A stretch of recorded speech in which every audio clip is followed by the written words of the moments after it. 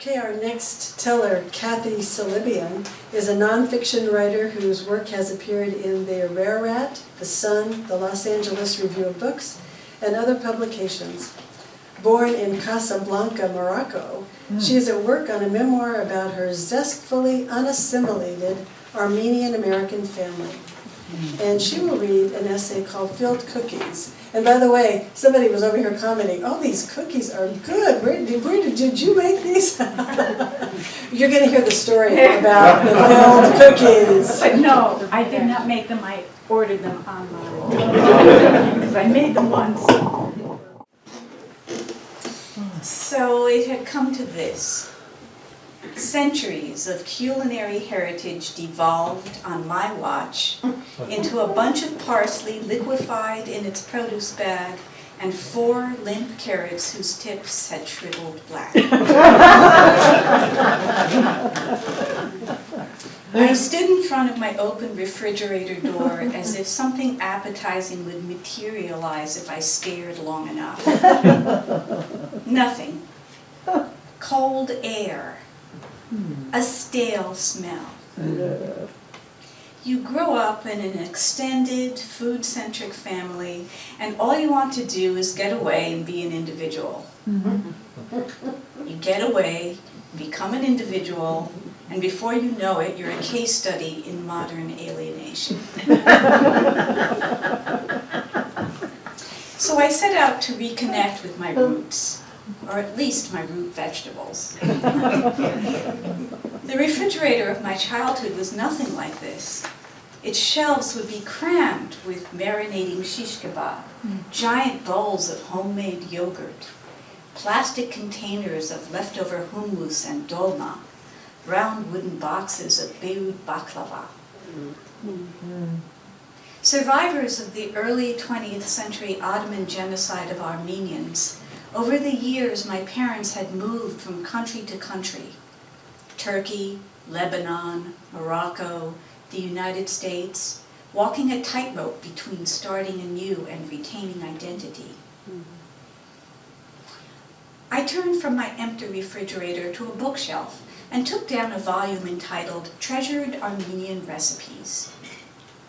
Its stained cardboard cover was decorated with a line drawing of an eggplant, a tomato, a red pepper, 2 grape leaves, and a skewer of meat. Our culinary DNA. The red plastic binding was unraveling. Cracking the book open, I saw that it was published by the Detroit Women's Chapter of the Armenian General Benevolent Union. First printing, 1949. Our young folks should be aware of their roots, states an unsigned introduction. This knowledge, we believe, will make them better Americans. These recipes are a heritage of the mixed influence of diverse impacts. Some of them can be found today in use among the Arabs, the Persians, the Turks, the Syrians, the Greeks, the Jews. They are representative not only of Armenia, but of the whole Near East. It's a statement of remarkable generosity, since every Armenian knows we invented it all. And everybody else copied us, except they put in too much salt. Turning to the title page, I saw that my mother had written in her precise script of those days, "To my darling Cathy, with love, Mom, February 1977. She was 56 years old then, with 3 grown children, and was beginning to realize that none of us would carry on the traditions. I was the youngest, 21, living in San Francisco and enjoying America's bounty of hallucinogens and skeevy men. Mom must have given me the book thinking to leave me a trail of breadcrumbs to the life she'd envisioned for me. Who knows? If I made a pot of dolmas, maybe next I'd squeeze myself into pantyhose and marry an engineer. Now my mother is the one wandering off the edge.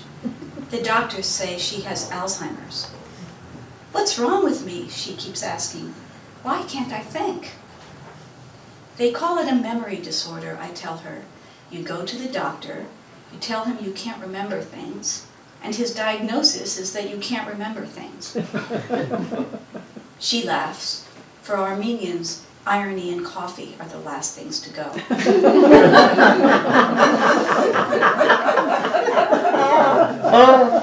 I had a sort of memory disorder myself. The kind you get as an immigrant kid escaping ancestral burdens. But now, after breaking up with my boyfriend, I felt adrift. Reaching for my copy of treasured Armenian recipes, I wanted to achieve that state of rooted self-possession described in the introduction. I also wanted to make a dish for my mother that would light up some of her dimming neural pathways, give her a sensory tug back to selfhood. And I hoped she might remember, might on some level see that in this battle against forgetting, her message from 1977 had come through. The table of contents includes tas kebab, derevi sarma, patlıcanlı nayarı. But what caught my eye that day wasn't a recipe from the book. It was one tucked between the pages in my mother's handwriting on a torn-out sheet of notebook paper. The page was thin-ruled, yellow with age and spotted brown. Filled cookies, my mother had written at the top, drawing a line under the title with a straight edge for neatness. The ingredients for filled cookies are butter, sugar, eggs, milk, vanilla, salt, baking powder, flour, dates, and nuts. I remembered those cookies. They were pretty, tapped out of hand-carved wooden spoon molds that she'd moved continent to continent with her from Lebanon to Morocco to the Episcopal Senior Life Community in Rochester, New York. I bought the ingredients and drove the 15 minutes to the patio home my mother shared with her sister Maida. When I arrived, Mom and Maida were finishing their lunch, which they always ate at 1 p.m. sharp, sitting on the living room couch, watching Days of Our Lives.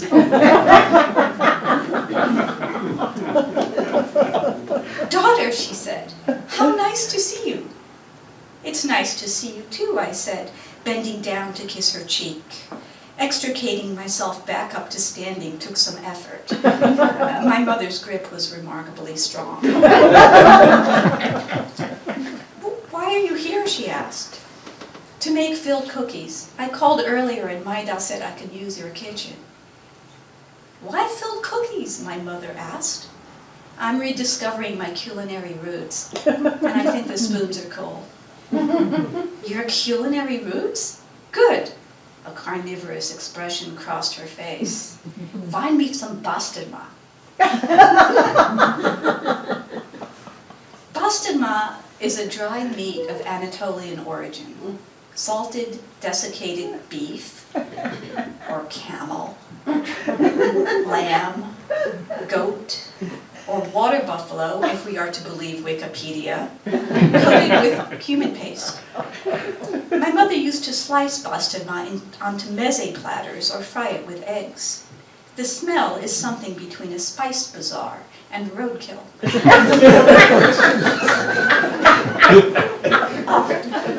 Maida, sitting with a bag brace velcroed over her housecoat, piped up from her seat at the other corner of the couch. Amerikasinere bastırma çenuder, she told my mother. Translation. The Americans bastırma not do eat. When you translate Armenian syntax into English, you sound like Yoda. The words in a different order come. My mother flashed me a disbelieving look. Her eyes, swimming huge behind cheap Medicare glasses, made her look supernaturally astonished. How could Americans not eat bastırma? Do they know only of the hamburger and the pizza? My mother blinked twice at the tragedy of a people unacquainted with their own taste buds. I'll see what I can do about finding some pastırma, I promised her. After their TV show was over, I asked Maida where the wooden spoons were. Rather than simply tell me, she set out on her walker, pushing a plastic step stool ahead of her with one foot. Oh God, no.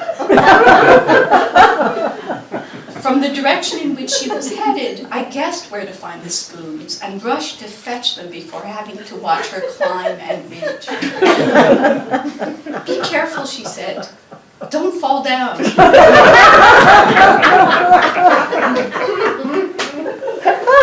I managed to bite back a snarky reply I would have regretted 1 second later and fetch the spoon molds down off the top shelf. There were 5 of them, one half blackened from some long ago encounter with a hot burner. They were of dark Middle Eastern hardwood, with tool marks roughing the handles and the outsides of the molds. Inside were carved patterns for pressing spirals, stars, circles, and zigzags into the dough. I cut open the package of dates and walnuts and started mashing them together in a nut grinder. My mother teetered over to watch. "You can add some lemon zest if you want," she said. "It will taste good." I found some lemons in the refrigerator, perish the thought the lady should be out of lemons, and grated them, filling the air with the fresh smell of citrus and sun. I added this to the dates and nuts and rolled the mixture between my palms into spheres. "Do these look the right size?" I asked my mother. If I asked her a question that way, she instinctively knew the answer. If I asked, "Do you remember if this is the right size?" it would trigger her self-doubt. "It looks fine," she said, and returned to the couch to read a #1 ladies' detective agency novel. She's always enjoyed mysteries, and now she can read the same one over and over and still be entertained. I prepared the dough and rolled it into more spheres. Then I pressed hollows into each piece of dough, dropped in a date and nut sphere, and pinched the top shut. Maida shuffled over to remind me to flour the molds so the dough wouldn't stick. She showed me her favorite spoon, which made flat cookies with a spiral design, so I made a whole tray of just those. Flour, press, tap, voila. Flat cookies, dome-shaped cookies, star designs, circles, spirals, bake. The smell of dates and lemon filled the air. It had been years since anyone had made those cookies, which really take a ridiculous amount of time for just one person working alone. When they were out of the oven, my mother decided the cookies needed to be enjoyed with coffee. This was not exactly an homage to my baking. For her, any excuse for coffee will do. She stepped from the living room to the kitchen, holding on to the couch, then a dining room chair, then a countertop, and turned a burner on high. A sight I pretend doesn't scare the crap out of me. She measured water into the coffee pot, but then got confused trying to arrange the cups on a tray. "I'm useless," she said. "I can't do anything." "You're making coffee," I said. "That's the elixir of life. And I would know none of this if you hadn't taught me." I try to tell her she doesn't have to do anything to be worthy, that just seeing the way she pours precisely to the rim of the cup is all the mindfulness training I'll ever need. As she empties the last of the pot, I can almost see, standing behind my mother as she prepares to leave, all the ones who came before. Her mother, Sima, who fed the family plain rice when there was no money for more. Her grandmother, Sarafana, who appears in one photo as a bewildered young bride, and in another a wide-hipped old lady teaching little Maida how to stuff dolmas. Others whose names are forgotten stretch back millennia to a pagan mother of my Hayastani tribe. This mother is young and knows nothing of the coming century's joys or sorrows. With her daughter watching, she plucks a pomegranate off a tree in Anatolia, cracks it open, and scatters the sweet, tart seeds over our morning meal.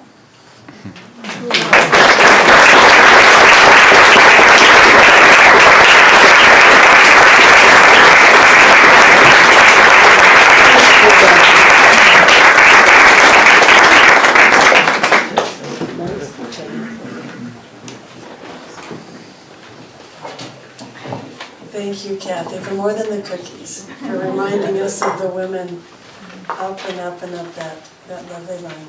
Thank you. And if you haven't tried those cookies, they are good.